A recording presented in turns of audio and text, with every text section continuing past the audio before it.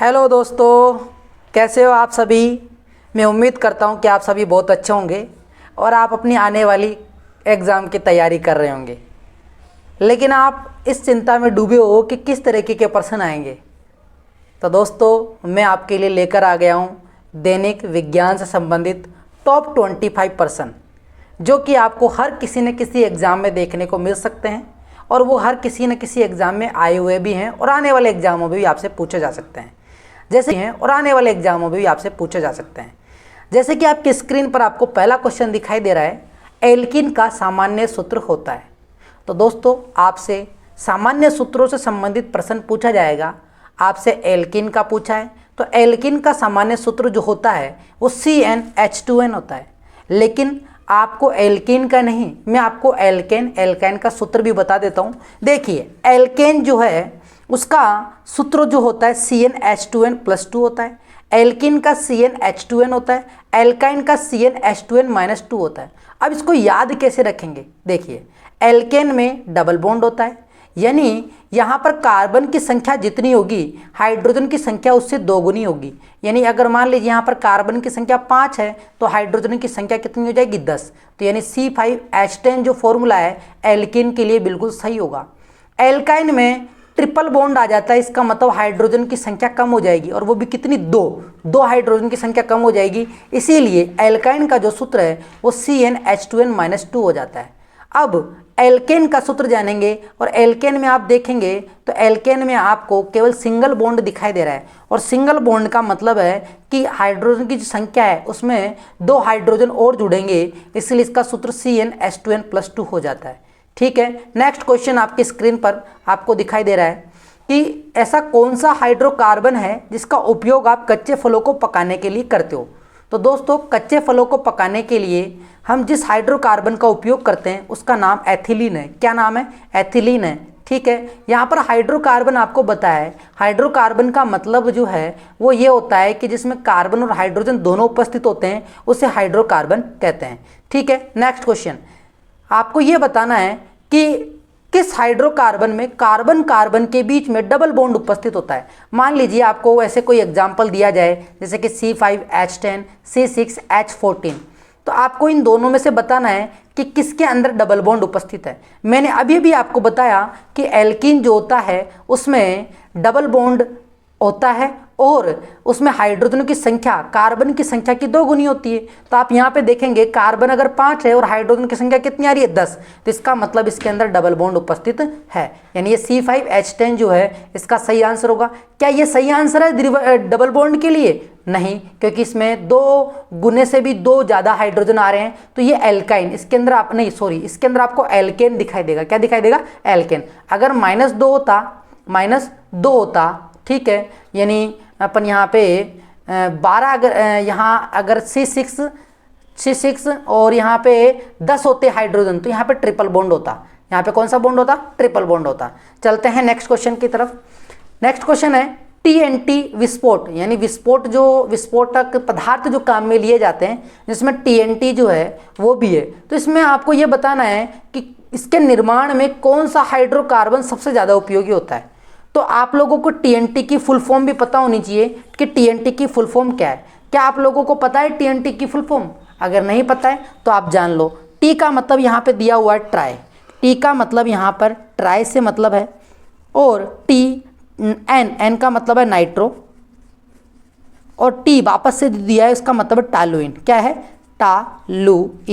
Toluene. तो यहाँ पे जो नीचे का जो टालुइन लिखा हुआ है, ये जो टालुइन है यही एक तरीके का हाइड्रोकार्बन है जो TNT विस्फोट के निर्माण में काम में लिया जाता है। अगर आपको मेरा ये वीडियो पसंद आ रहा है और आपको ऐसे और भी क्वेश्चन जानने हैं तो आप मेरे इस वीडियो को लाइक करें। नेक्स्ट क्वेश्चन, धातुओं की वेल्डिंग करने में कौन सा हाइड्रोकार्बन सबसे ज़्यादा उपयोग में लिया जाता है? तो दोस्तों, धातुओं की जब वेल्डिंग की जाती है तो उसमें जो हाइड्रोकार्बन काम में लिया जाता है वो होता है एसिटिलीन। कौन सा होता है? एसिटिलीन होता है। नेक्स्ट क्वेश्चन, निश्चेतक का उदाहरण क्या है? यानी बेहोश करने के लिए, अगर आपका प्रश्न यहाँ पे ऐसा भी होता कि बेहोश करने के लिए किसका उपयोग किया जाता है, तो ये तो आप जानते होंगे क्लोरोफॉर्म का उपयोग किया जाता है। नेक्स्ट क्वेश्चन, CNG का मुख्य घटक क्या है? सीएनजी। देखिए सीएनजी की फुल फॉर्म आपको पता होनी चाहिए। सीएनजी की फुल फॉर्म होती है, सी का मतलब है कंप्रेस्ड, एन का मतलब है नेचुरल, जी का मतलब है गैस, यानी कंप्रेस्ड नेचुरल गैस। हिंदी में से बोलते हैं संपीड़ित प्राकृतिक गैस।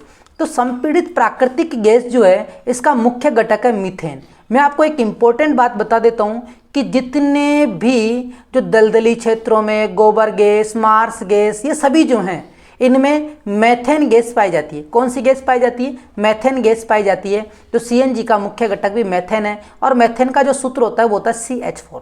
नेक्स्ट क्वेश्चन, क्लोरोफॉर्म, यानी अभी हमने जाना कि जो बेहोश करने के लिए क्लोरोफॉर्म का उपयोग किया जाता है, तो क्लोरोफॉर्म का रासायनिक सूत्र क्या है? रासायनिक सूत्र आपसे पूछा है तो इसको भी याद कर लेना, ये भी बहुत इंपॉर्टेंट क्वेश्चन है। इसका सूत्र जो है CHCl3 है। क्या है? CHCl3। याद हो रहा है दोस्तों? अगर याद हो रहा है और आपको अच्छा लग रहा है तो इसे लाइक जरूर करो। नेक्स्ट क्वेश्चन, फ्रियोन 11 का अणुसूत्र है। फ्रियोन जो रेफ्रिजरेटरों में जो गैस भरी जाती थी फ्रियोन, अब तो इसकी जगह अमोनिया गैस, द्रवित अमोनिया गैस का उपयोग किया जाने लग गया। लेकिन आपको फ्रियोन 11 का अणुसूत्र बताना है। तो फ्रियोन 11 और फ्रियोन 12 दोनों को समझ लेते हैं। फ्रियोन 11 का जो सूत्र है वो है CFCl3 और फ्रियोन 12 का जो सूत्र है वो है CF2Cl2।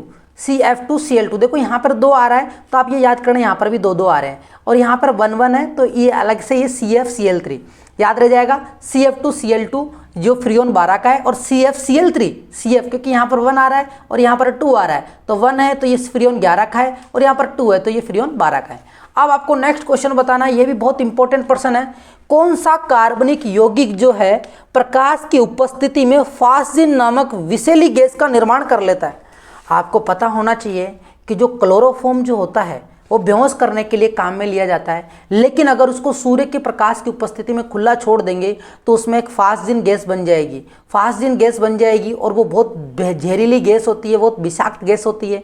इसीलिए क्लोरोफॉर्म को जो है प्रकाश की उपस्थिति में नहीं रखा जाता, उसकी जो बोतल जो होती है उसको ढककर रखा जाता है जिससे कि सूर्य का प्रकाश उसके ऊपर नहीं गिरे। नेक्स्ट क्वेश्चन है, घरेलू गैस कौन सी है? देखो घरेलू गैस यानी घरों में काम आने वाली गैस कौन सी है? आपके जो घरों में सिलेंडर होता है उस सिलेंडर में कौन सी गैस भरी जाती है? तो दोस्तों उसके अंदर उस सिलेंडर में LPG गैस भरी जाती है और LPG की फुल फॉर्म भी आपको पता होनी चाहिए। LPG की फुल फॉर्म होती है, L का मतलब होता है लिक्विड, P का मतलब होता है पेट्रोलियम और G का मतलब होता है गैस, यानी द्रवित पेट्रोलियम गैस। तो घरेलू गैस कौन सी हो गई? LPG हो गई। नेक्स्ट है, मार्स गैस क्या है, गोबर गैस क्या है, दलदल गैस क्या है? मैंने अभी अभी आपको बताया था कि इस सब में क्या आएगा? मेथेन आएगा। क्या आएगा? मेथेन आएगा। नेक्स्ट क्वेश्चन है इसके बाद में, नायलॉन 66 की एकलक इकाई क्या है? एकलक इकाई यानी नायलॉन 66 एक तरीके का बहुलक है और बहुलक जो होता है बहुत सारी छोटी छोटी इकाइयों से मिलकर बना होता है। तो आपको एकलक इकाई बतानी है कि नायलॉन 66 जो है वो कौन कौन सी एकलक इकाइयों से मिलकर बना हुआ है। तो उसका सही आंसर जो होगा, क्योंकि 6 लिखा हुआ है, 6 को हम हेक्सा भी बोलते हैं। क्या बोलते हैं? हेक्सा भी बोलते हैं। तो इसका सही आंसर जो होगा हेक्सा मेथिलीन डाईएमीन। ध्यान रखना, डाईएमीन का मतलब है इसके अंदर एमाइड बंध पाया जाता है तथा एडीपी कम्ल तो इसकी एकलिक इकाइयाँ जो होगी हेक्सामेथिलीन डाईएमीन तथा एडीपी कम्ल होगी। नेक्स्ट क्वेश्चन, सेलुलोज कौन सा प्लास्टिक बनाता है? सेलुलोज, क्या आप जानते हो जो मानव है वो सेलुलोज का पाचन नहीं कर सकते, इसीलिए उनकी आंत जो होती है, छोटी आंत जो होती है, अन्य घास खाने वाले जानवरों की तुलना में छोटी होती है और लकड़ी में सेलुलोज पाया जाता है। तो सेलुलोज, आपसे जो प्रश्न पूछा है वो है सेलुलोज कौन सा प्लास्टिक बनाता है? तो दोस्तों सेलुलोज जो है ना प्राकृतिक प्लास्टिक बनाता है। इससे जो प्लास्टिक बनाया जाता है वो नेचुरल प्लास्टिक होता है। ठीक है, नेक्स्ट क्वेश्चन है, विनाइल क्लोराइड, क्या विनाइल क्लोराइड एकलक द्वारा बनता है? यानी विनाइल क्लोराइड जो है एक तरीके का एकलक है, इससे क्या बनेगा? इससे जो बहुलक बनेगा उसका क्या नाम होगा? देखिए विनाइल क्लोराइड, आपने PVC का नाम सुना है? पीवीसी जो पाइप आते हैं, तो P का मतलब यहाँ पे पोली है, V का मतलब विनाइल है, C का मतलब क्लोराइड है। यानी विनाइल क्लोराइड एकलक के रूप में अगर उपयोग में ले रहे हैं तो इससे पॉलीविनाइल क्लोराइड बनेगा। क्या बनेगा? पॉलीविनाइल क्लोराइड बनेगा, जो भी एक तरीके का क्या है? बहुलक है। नेक्स्ट क्वेश्चन है प्राकृतिक रबर का एकलक का नाम बताइए। दोस्तों ये बहुत इंपॉर्टेंट क्वेश्चन है, बहुत बार एग्जाम में पूछा गया है और इस बार भी चांसेस हैं कि इसे पूछा जा सकता है। तो प्राकृतिक रबर का जो एकलक होता है वो होता है आइसोप्रीन। क्या होता है दोस्तों? आइसोप्रीन होता है, याद कर लेना आइसोप्रीन। नेक्स्ट है थर्मोसेटिंग प्लास्टिक क्या होते हैं? देखिए प्लास्टिक दो तरीके के होते हैं, एक होता है थर्मोप्लास्टिक, एक होता है थर्मोसेटिंग। तो यहाँ पर थर्मोसेटिंग प्लास्टिक ऐसा है जिसे आप वापस से गर्म करके पिघला के दोबारा उसकी शेप दोबारा और कुछ भी नहीं बना सकते। जैसे कि हमारे घरों में जो स्विच काम में लिए जाते हैं वो बेकेलाइट के बने होते हैं, और बेकेलाइट जो होता है वो एक तरीके का थर्मोसेटिंग प्लास्टिक होता है, यानी वो एक बार जम गया उसके बाद में आप उसको चेंज नहीं कर सकते। बाकी जो प्लास्टिक होते हैं वो थर्मो प्लास्टिक के नाम से जाने जाते हैं, और जिनसे अपन दोबारा से प्लास्टिक प्राप्त कर सकते हैं उन्हें अपन उत्क्रमणीय बोलते हैं, और जिनसे नहीं कर सकते उन्हें अनुत्क्रमणीय बोलते हैं। जैसे कि रासायनिक परिवर्तन जो होता है वो अनुत्क्रमणीय होता है, और जो भौतिक परिवर्तन होता है वो उत्क्रमणीय होता है, क्योंकि उनमें अभिकारक जो है उत्पाद बन जाता है और उत्पाद से आप वापस से अभिकारक बना लेते हो। जैसे कि आप पानी को जमा कर बर्फ बना सकते हो और बर्फ से वापस से पानी बना सकते हो, तो वो तो हो गया भौतिक परिवर्तन। और भौतिक परिवर्तन एक तरीके का उत्क्रमणीय होता है और अस्थायी होता है। और दूध से दही बनाना और दही से वापस से दूध बन सकता है क्या? नहीं, तो वो अस्थायी परिवर्तन होता है, यानी अनुत्क्रमणीय होता है, जिससे कि अपन रासायनिक परिवर्तन कहते हैं।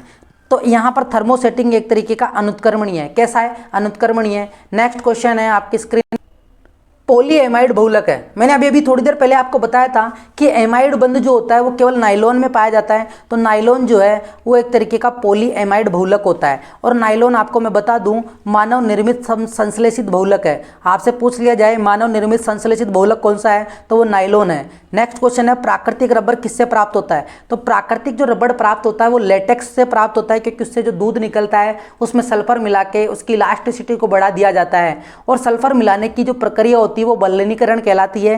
तो आपको यहाँ पर सही आंसर जो देना है, प्राकृतिक रबर जो है लेटेक्स से प्राप्त होता है। किससे प्राप्त होता है? लेटेक्स से प्राप्त होता है। अब देखिए नेक्स्ट क्वेश्चन ये आ गया आपके सामने, रबर के वलनीकरण में क्या उपयोगी है? तो दोस्तों रबर के वलनीकरण में सल्फर उपयोगी है। और अगर आपसे पूछ ले कि वल्कनीकरण किसे कहते हैं, तो वल्कनीकरण जो है एक तरीके से लेटेक्स के अंदर सल्फर मिलाने की प्रक्रिया वल्कनीकरण कहलाती है। नेक्स्ट क्वेश्चन, पॉलिएस्टर बनता है। पॉलीएस्टर, देखिए एस्टर जो है वो पोली लग गया, यानी एस्टर एस्टर एकलिक इकाइयाँ मिलकर पॉलिएस्टर बनाती है। पॉलिएस्टर के आप कपड़े भी देखते हो। तो ये पॉलिएस्टर जो बनता है उसकी एकलक इकाइयाँ जो होती है वो एथिलीन ग्लाइकोल व टर्थिलिक अम्ल होती है।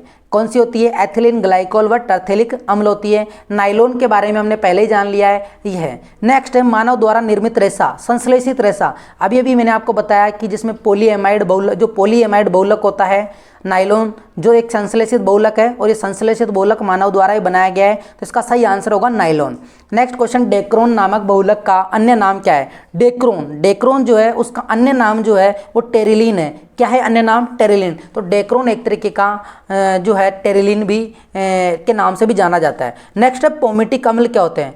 पोमेटिक अम्ल जो है एक तरीके से इनसे साबुन बनाए जाते हैं, तो पोमेटिक अम्ल से साबुन बनाया जा सकता है। और साबुन क्या होते हैं? लंबी कार्बन श्रृंखलाएं होती है, हाइड्रोकार्बन श्रृंखलाएं जिसे कहते हैं। तो यहाँ पर पोमेटिक अम्ल का जो सूत्र हो सकता है वो C17H35COOH हो सकता है। C17H35COOH होता है पोमेटिक अम्ल का सूत्र। तो दोस्तों आपको 25 क्वेश्चन कैसे लगे? अगर आपको अच्छे लगे हैं और आप ऐसे ही और प्रश्न जानना चाहते हो इस चैनल के ऊपर, तो आप मेरे को कमेंट बॉक्स में ज़रूर डाल के बताएं आपको और किस तरीके के प्रश्न चाहिए। अगर आपको ये वीडियो पसंद आए तो इसे लाइक ज़रूर करना और अपने दोस्तों के साथ शेयर करना जो भी और कंपटीशन एग्ज़ाम की तैयारी कर रहे हैं। तो दोस्तों अलविदा लेता हूँ मैं आपसे, मिलता हूँ नेक्स्ट वीडियो में। तब तक के लिए थैंक यू, धन्यवाद, जय हिंद।